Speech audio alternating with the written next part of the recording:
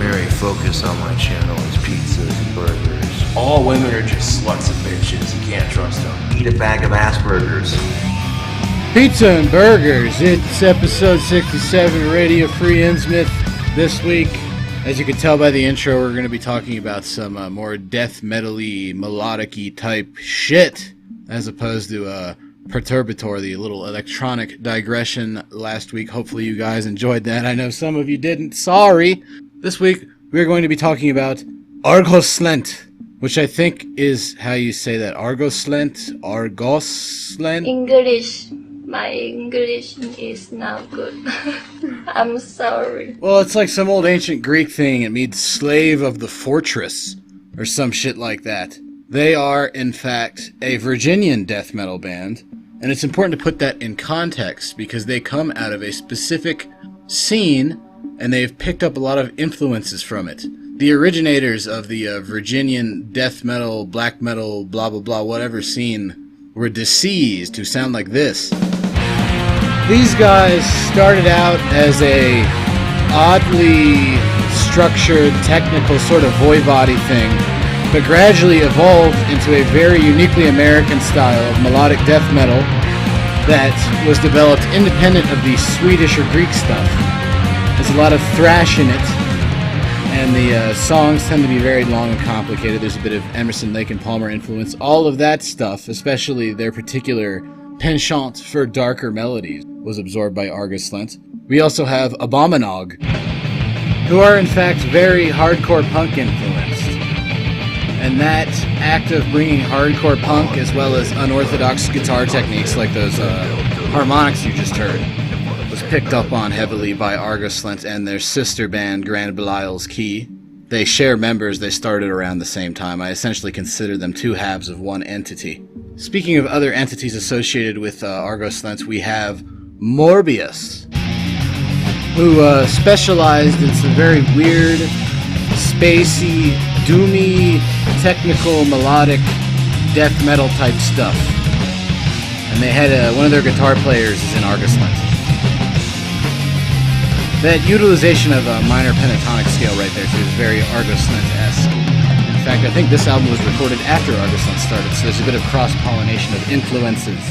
And lastly, because Arghoslent do have a decent amount of 80s style black metal going on, we can't help but mention one of the first American black metal bands and one of the more influential Virginian bands, Doomstone, who were a black metal side project of the main guy in Deceased. We have heavy thrash and speed metal influences, which are a big part of Arghoslent as well. We have a penchant for atmosphere, and we have a bit of a sense of humor. There is only one master, and his name is Satan. So we also have these pentatonic bluesy style riffs.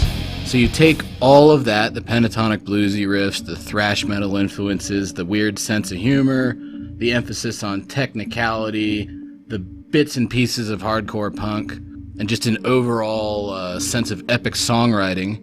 And to it, you add, oh god, racism, but an interesting form of it. It's not really, gas the kikes, race war now type stuff. It's more in line with very 17th, 18th, 19th century, almost kind of Rudyard Kipling kind of stuff mixed with more ancient philosophies, as demonstrated by the lyrics of The Purging Fires of War. Father, raise your sons not to prosper, but to be devoured in flame, for by the purging fires of war, they shall be judged in your place. Covenant sacred grounds in the pages of our genes, the legacy of our kind, unto our sons is given. When the purging fires meet, the last one on earth shall divine. Carry, my son, this vision. Bear the swords and keep the faith, till the seed of our lives alight. So when you have that general philosophy, it tends to color how your music is constructed, and it pushes you toward a more epic musical narrative. But the other part of Arghoslent is that these guys are, in essence, thrash metal kids. And they have a very Peste Noir-esque philosophy where they're not, true cult, super primitive black metal types. They are people that, to quote Famine, wore their fingers down to nubs trying to learn Megadeth riffs. And so that means they have lots of different fancy guitar tricks that they can pull off. Fancy!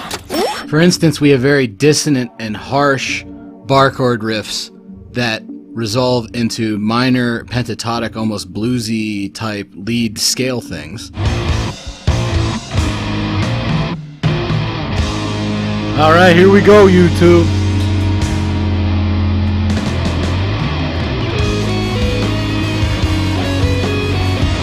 Gotta love that stuff. Very fancy. We got weird string bending harmonic type shit. See, I told you they got fancy. Also, notice how they utilize bar chords and power chords mixed together. Definitely a little bit more going on in these guys' noggins than your average death metal band. Fancy! We also have cycling dissonant lead guitars over a backdrop of dissonant bar chords. Very strange stuff. These guys are a melodic death metal band, but their melodies are very unorthodox. If that's a word. Unorthodox. Sorry, I can't speak English today. English. My English is not good. I'm sorry. Made in Japan. We have palm-muted melodic thrash metal riffs that resolve into very dissonant harmonics. Hell yeah!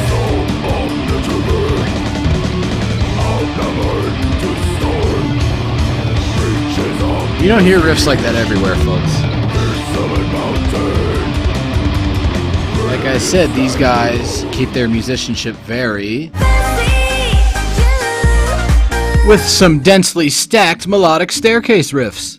Shout out to Brett Stevens for using that term to describe an amorphous song. I think it fits here even better. Very catchy, very fancy. I have pineapple. Got your standard wacky harmonies that turn into palm-muted aggressive thrash riffs.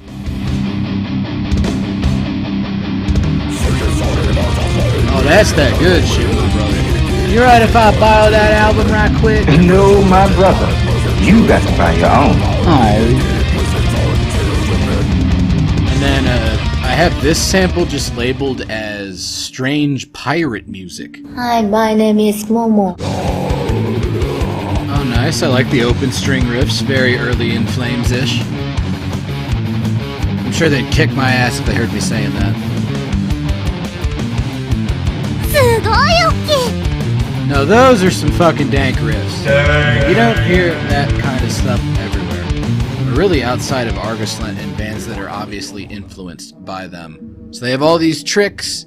They have the epic narrative Destiny the White Race type shit going on. And as I mentioned earlier, they have quite a wicked sense of humor with songs like... For the show.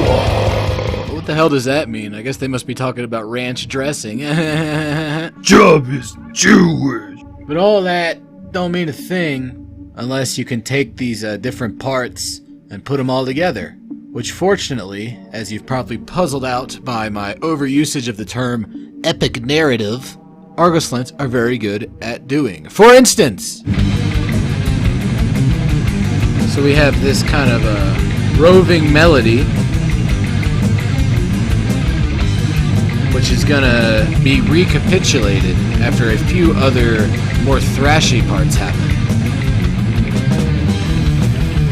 Like this part's cool. So we have a whole bunch of riffs flowing very nicely into each other, betraying their thrash metal origins. Now we have some more melodic stuff. We're gonna utilize some bigger chords in this section once we get out of this to signify that the song has turned around before we get back to a recapitulation and reevaluation of that initial melody you heard. But right now, just headbang and hang out. That's what I would do. There's those bar chords. You ready for some dank vocals?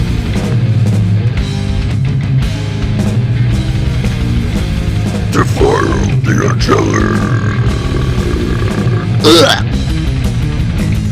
Yeah, that is in fact that good shit, my brother. That's off of their first album. But in fact, I actually think Arghoslent got better on every album. I know some people disagree. Some people like the demos the best. It's all really good. But that latest album, Hornets of the Pogrom, oh man. Yeah, check out that dank string skipping riff. That's probably one of my favorite moments of just all of metal ever since the first time I heard it.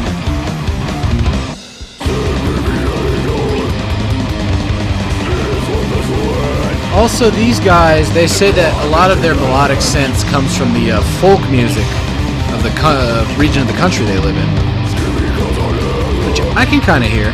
Apparently they're really big into a lot of bluegrass and stuff like Kentucky Thunder, which explains the emphasis on instrumental virtuosity, almost kind of banjo-like in how they do some of these skippy-aroundy riffs.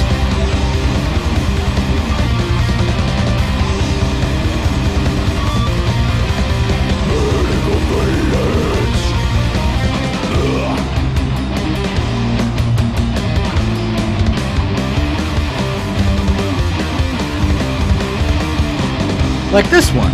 Fucking dank thrash riffs. Who doesn't like sick thrash riffs with really unique melodies? I haven't heard any other band quite do these kind of melodies. It's very cool stuff. Like I mentioned earlier, it's melodic death metal that exists outside of the Greek stuff and the Swedish stuff, and for that, I enjoy it quite a bit. Oh, you gotta have cool melodic bass intros, don't you?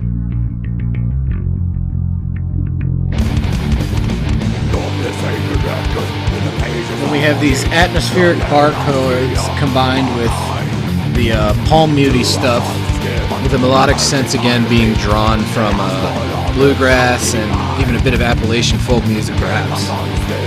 These guys are very, very, very southern. That's a big part of their shtick. They're supposed to be like southern gentlemen, but they're out there doing dank death metal riffs. I like it. It's unique. Fuck yeah.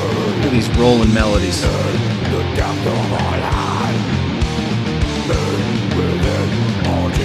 Vocals are good too. They've gone through a couple vocalists and they've all been pretty excellent. So, I remember waiting for the third Arghoslent album, Hornets of the Pogrom, to come out. And it did, when I was like 18. And they haven't done anything since then. And I really wish they would. I'm so sorry. Please come back. But luckily there are a few bands that are sort of influenced by them that are pretty good. For instance, we have Sacrifix from Australia, who I've mentioned a number of times, who do this kind of melodic death metal type stuff and have a similar historical outlook, only they're more focused on like Australian stuff, specifically World War I type shit, and they have a bit more Greek influence than Arghoslent does. Jesus Christ, my brain is fucked. But yeah, Sacrifix is good. And then there's a US band called House of Atreus that are excellent. And they sound enough like Arghoslent that they've actually gotten in trouble and people have accused them of racism and tried to get their shows shut down.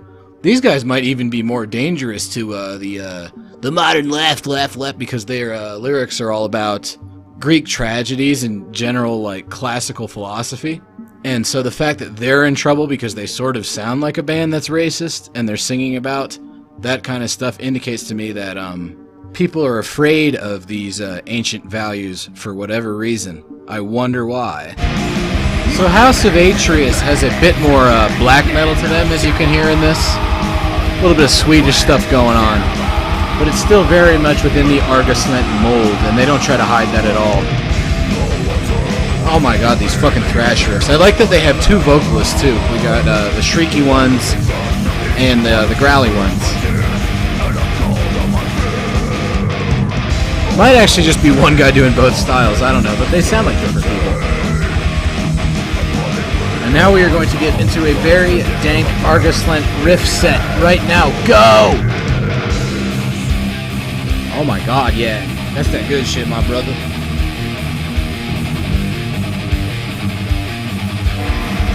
Fuck yeah, double up those guitars. Some dank fucking harmonies. Right about now. Yeah. I don't know if you don't like this kind of stuff. I don't know what to tell you. This is the essence of metal, if you ask me. But yeah, that's House of Atreus. They're kind of like the modern Arghoslent until Arghoslent puts out another album, which hopefully they do soon. I enjoy House of Atreus. And Arghoslent is perhaps my favorite death metal band. They're certainly up there within the upper echelon. But as I mentioned earlier, they have a kind of a sister band that has pretty much the same members called Grand Belial's Key. And whereas Arghoslent is more about racialism in a 19th century context and heroic narratives and such, Grand Belial's Key is more about blasphemy, but not the general anti-Christian stuff you get in black metal. Instead, they are very anti-Hebraic. So maybe we'll cover them sometime. Tune in next week. Hi, I'm from Korea. Oh, so Bonjour. cute. I'm so cute. Yeah. Thank you. Have a nice day.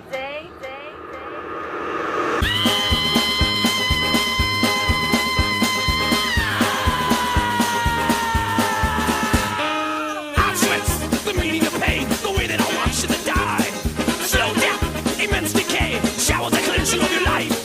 For sin, like how you run, step down, your life work, human mice, for the angel of death, 400,000 more to die. Angel of death, monarch to the kingdom of the dead. Infamous, butcher, angel of death. Hi, my name is Momo.